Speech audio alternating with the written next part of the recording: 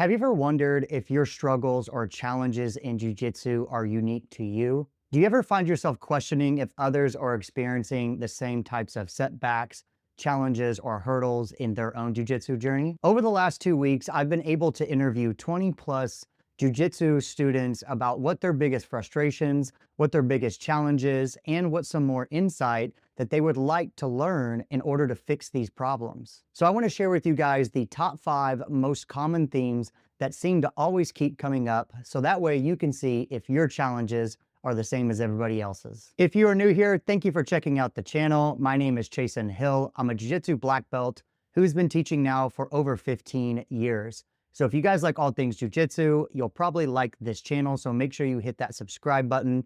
Also hit the bell icon, that way you're notified whenever the latest video comes out. So I'd like to start out to give a little bit more context about the data and volunteers that participated in these interviews. I was able to ask for volunteers by sending out an email to my list. I also made a post here on the community section of this YouTube channel, and I made a general post on my social media accounts. So my general ask, or what I was looking for, was to interview around 50 students, and I've completed about half of those up to this point. I do have some interviews lined up on the calendar upcoming. However, I am still looking for more volunteers due to the fact that some of the people who originally signed up or volunteered, maybe we couldn't make our schedules work, or just flat out, some did not respond to my request. So if you have any interest in being interviewed and wanting to chat, make sure you fill out the sign-up sheet in the description down below. Now, to be 100% transparent, I use this information just to get a better insight into what students are actually struggling with. I use that insight to develop YouTube content just like this. The main reason why I started this channel was I want students to have an easier time learning jiu-jitsu than I did. And so if that can help you stay on the mat longer and helps grow jiu-jitsu as a whole, that is what I'm all about. Let's go over some general background information about these volunteers. Majority of the volunteers I would consider to be either a hobbyist or an enthusiast, which makes sense because that's most of the people who watch these types of videos or who are open to communicating. I've been able to interview multiple people at each belt rank. I've yet to interview black belts yet because they probably just have better things to do than talk to a person like me on the internet.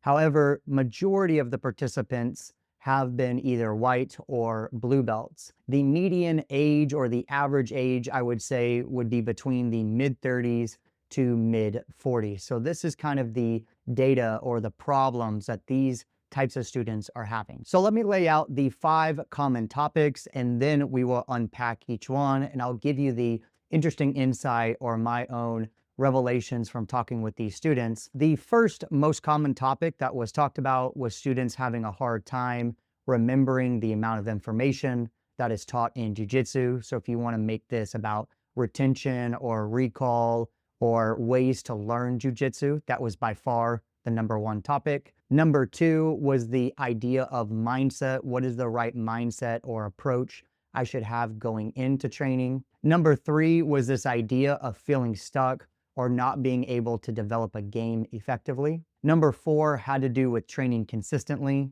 Number 5 had to do with belt expectations and promotions. So I developed these categories because these are the problems or the hurdles students were expressing the most desire to overcome. Some were even wanting more insight or advice on how they can do this. This is not necessarily the verbiage that they specifically said back to me. It was just a way for me to categorize this information and make it easier for this video. So let's move on to category 1, talking about applying information and retaining information. So without a doubt, it wasn't even close that this was the number 1 most common hurdle or struggle students expressed a desire to improve at or had a hard time with in their jiu-jitsu journey. And that makes sense just to the massive amount of information that you can learn out there in jiu-jitsu. Almost all the students expressed some interest in wanting to learn strategies or techniques or tactics that they could do while on the mat to retain and remember information, and strategies they could do off the mat to help that process as well. Many of the students had tried things like note-taking, drilling more consistently or even more effectively, intentional rolling, watching instructionals. But one of the most interesting points that I took from this was a lot of them were really unsure if those things were making any meaningful impact. Is me watching this instructional for 20 minutes a day actually making an impact? Is me drilling more actually making an impact? Is me taking notes actually helping me or retain information? So there was a lot of self-doubt or questioning when it came to students' learning abilities. I think some of the other topics that we will talk about will help to shine a light on why this tends to be a big problem, because there are usually multiple contributing factors that I think affect students' retention or ability to remember information. Moving on to the second most discussed topic was picking the right mindset at the right time. Students often would use the term of feeling like they had paralysis by analysis, or feeling gun shy or overthinking while they were training. They often admitted to feeling like an imposter and had a difficulty of reframing losses or how to take valuable insight from their losses, whether that was losses in the training room or losses in competition. It seemed like many students felt this way from obviously a past experience. Some had experienced injuries or repeated injuries, which made them kind of gun shy to go all out into training. The other thing is maybe they got absolutely destroyed night after night in training or in a competition, and that really made them kind of waver in their mindset. And these past experiences seemed to make them a little bit more hesitant to do certain techniques or train with a certain intensity due to the fear of being re-injured or just getting absolutely destroyed. So a lot of the advice or a lot of the things that they were looking for was, what is the appropriate mindset that I need to have based upon this thing that I'm experiencing, or this worry that I have, or this area I'm wanting to improve. And there are definitely multiple different mindsets. The way that you need to train with an injury, that mindset is much different than you being fully healthy and training for worlds here in the next couple of months. Being able to play between these mindsets and play between these training styles seemed to be a very popular topic of conversation. One very surprising thing to me was a lot of these students had yet to bring up any of these concerns to a very trusted training partner or a coach. They hadn't either asked about insight, or they didn't know how to approach this topic when it came to mindset, which I found very fascinating as well. The third most discussed topic was this idea of feeling stuck, especially when it came to developing a game. Now, without a doubt, the most common belts that were expressing this as a difficulty were your more immediate to advanced belts, like a purple belt, or even later blue belts, or even a couple of brown belts I interviewed. This idea of sometimes feeling stuck of which way they should develop their game definitely seemed to be a challenge. And they often expressed it was because they felt like there was so much overwhelming amount of information in technical aspects, but also there's an overwhelming amount of great competitors out there. So who do you start to model? How do I dissect their game and pick the parts that are best for me? And then how do I actually go out there and start to train them? So there's a little bit of paralysis by analysis as well with this, but there are just so many different games, so many great competitors. How do I narrow down and pick the one that's best for me? Especially if I'm not a black belt yet and I still need to develop some key areas. How much time do I spend building my game versus refining the basics and fundamentals, and so on and so forth. Now, many did confess to falling victim to what I refer to as the shiny object syndrome, meaning that you're never really focused on one thing long enough to give it time to start to develop or give it time to start to flourish and blossom. They would bounce from one thing to the next thing before anything could really be nurtured long enough to be a go-to move or area. Personally, I think students have a hard time understanding just how long it takes to develop these essential skills in jiu-jitsu, how much time and effort is actually needed.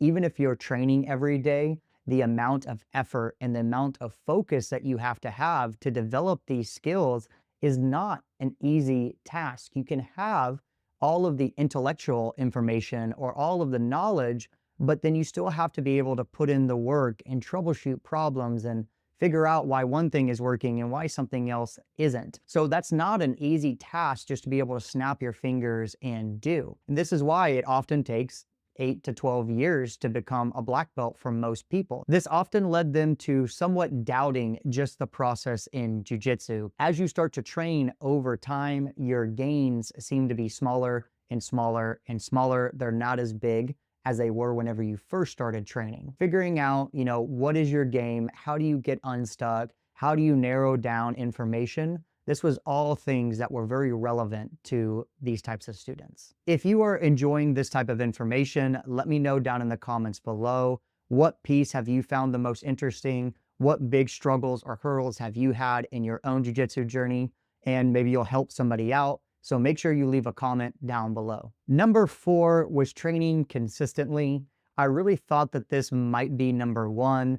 And who knows, maybe students just didn't want to admit this to me as much. And it still makes sense that it's in the top 5 because the majority of the students who I'm interviewing are hobbyists or enthusiasts. So they often have jobs or families and other obligations that come before jiu-jitsu. One of the biggest things that they expressed difficulty in was finding a consistent schedule. Maybe they had a consistent schedule for 3 months or 4 months or 5 months, but then a promotion would happen at work, or their kid started a new sport activity, or life kind of changed. So for them to find a consistent training schedule longer than 6 months never really seemed to be a thing. Some students also expressed their age as a specific reason for their inconsistency. They noted that their bodies did not react in the same way as they were when they were younger. So for example, if they are training with too much intensity, like they would be in their younger age, then they would be really sore or they'd be really fatigued. And instead of taking maybe 1 day off, they needed to take 3 or 4 days off. It would make their training a lot more inconsistent, especially if they didn't like that feeling and they didn't want to feel like that. Maybe it impacted their work or impacted their job or it impacted something else in their regular life. They couldn't afford to be that sore or that tired for whatever other factors are happening from the outside. I think one of the biggest factors with this that I personally had never considered before until talking about this was a student's size discrepancy. For example, if there was a student who is a smaller stature of an individual, if all of their training partners were bigger, they would just say, man, the amount of effort it takes to deal with this guy who is twice my size tonight, maybe not what I want to do. So I had a long day at work, so now I don't want to go to training. If you're a smaller individual and all your training partners are significantly bigger, yes, the techniques will work, but you still have to use effort. You still have to use energy to develop that aspect. You're extremely inefficient. That's a normal part of the process. And until you can train yourself to have perfect technique, that doesn't happen overnight. And that really kind of affected their inconsistency in a way. And then with the bigger students, they had the same issue, but it was kind of in reverse. For example, maybe they had been training for 3 months pretty consistently. All of the techniques or all of the things that they had been shown up to that point, they could do relatively okay. Maybe there was one night that the techniques or the areas of focus they just really struggled with. They often use the language of feeling guilty if they couldn't do the techniques, or they felt guilty for putting all of their weight on a smaller training partner. That felt like it really impacted their learning, and they kind of even felt embarrassed at times with how the class went or doing those techniques with a partner, and that made them not want to go to class as frequently. They were kind of embarrassed, so they wanted to take off for a couple of days and hope that maybe no one remembered that that thing had happened to them. I found size discrepancy as a reason for inconsistency very fascinating in that way. To me, as an instructor, this really highlights why some students may be a little bit more inconsistent in their training. If they're struggling with that consistency, it doesn't necessarily mean that they are lazy or that they don't want to improve. It's just these other factors can play very important roles in that decision. And number 5, last but not least, belt expectations or belt promotions. Now, this theme kind of always went into one of 2 subcategories. I either had the students who just recently got promoted not very long ago, and they were wanting to know what is expected of them now that they have achieved this rank. Then the other subcategory of students who were looking at what is the next criteria to achieve the next belt rank. Personally, I found both of these subsections, at least with the interviewees that I talked about, extremely humble when it came to belt promotions. I know we're not supposed to think about the belt and it's just validation of the hard work that you have put in. But in reality, if you're going to give them out, they actually should mean something. There should be some value attached to them. It seems weird that students say, don't worry about the belt, yet we give out belts at the same time. And even if it's no-gi, even if you don't do a belt, when you go enter into competitions, we still use those things as metrics to determine our progress. When it came to the group of the expectations, it was essentially like the headspace of, okay, I got this promotion, what now? I got that the big motivation for that was not because they were worried about the next promotion. They just wanted to live up to their coach's expectations. They didn't want to feel like an imposter. They wanted to make sure that if they got promoted to purple belt, that they were a solid purple belt. And if there were things that they still needed to work on that maybe weren't 100% clear, they wanted to get those fixed right away. Usually these people, their mindset was the furthest thing away from the next belt. And then when it came to the students about the next belt promotion, they were wanting to know, okay, what is this next logical step? What are the next logical skills that I can hyper focus on that's going to push and develop my jiu-jitsu to the next level? It wasn't really about the outcome or the actual physical belt. They were trying to understand, how can I use this as a benchmark? What are the skills I should focus on? If I'm a blue belt, what does it mean to become a purple belt? So how do I focus on the areas that are necessary for that? And if the belt comes, then the belt comes. I find this extremely hard to give students advice on remotely or while talking to them, because each jiu-jitsu instructor or association or affiliation has vastly different curriculums or criterias of what they consider each belt to be. I just try my best to give them a general framework about what I think that belt is, and for them to still talk to their coach and ask if they could give them more clear direction. A lot of times students expressed like that they were afraid to do that because they didn't want to come off as either brown nosing or that they only wanted the belt, which is something I think we can do better in jiu-jitsu by giving more clear guidelines, more clear instructions. And if a student is asking, doesn't necessarily mean that they are brown nosing. If you are a jiu-jitsu nerd like me, you probably found this information very fascinating. I think the top 5 categories as a whole don't really surprise anybody, but I think the nuance in the insight shared with you was a different mindset of thinking. And I think that's very important if you're an instructor in jiu-jitsu or you're someone who is trying to mentor or guide somebody, that you really understand a student's problem or frustration that they are having, so that way we can help them out, help them solve it to the best of their abilities, and keep them on the mat training longer. As I stated earlier, that is my #1 goal and mission. What's really cool about doing this exercise is a lot of times it validates a lot of the content that I post on here. It makes me feel like that jiu-jitsu is bigger than just learning a bunch of techniques. There's a lot of other nuance to being what you would call successful in jiu-jitsu, and whatever that means to you. So if you're wanting a more of a guidance or a mentor or a way to begin to accelerate your jiu-jitsu to solve these problems that usually hold you back, I do have a remote coaching program where I do help you solve these exact issues and these exact problems. Then make sure you check out the application down below and we can get you going right away. Good luck in training, and I'll see you guys in the next one.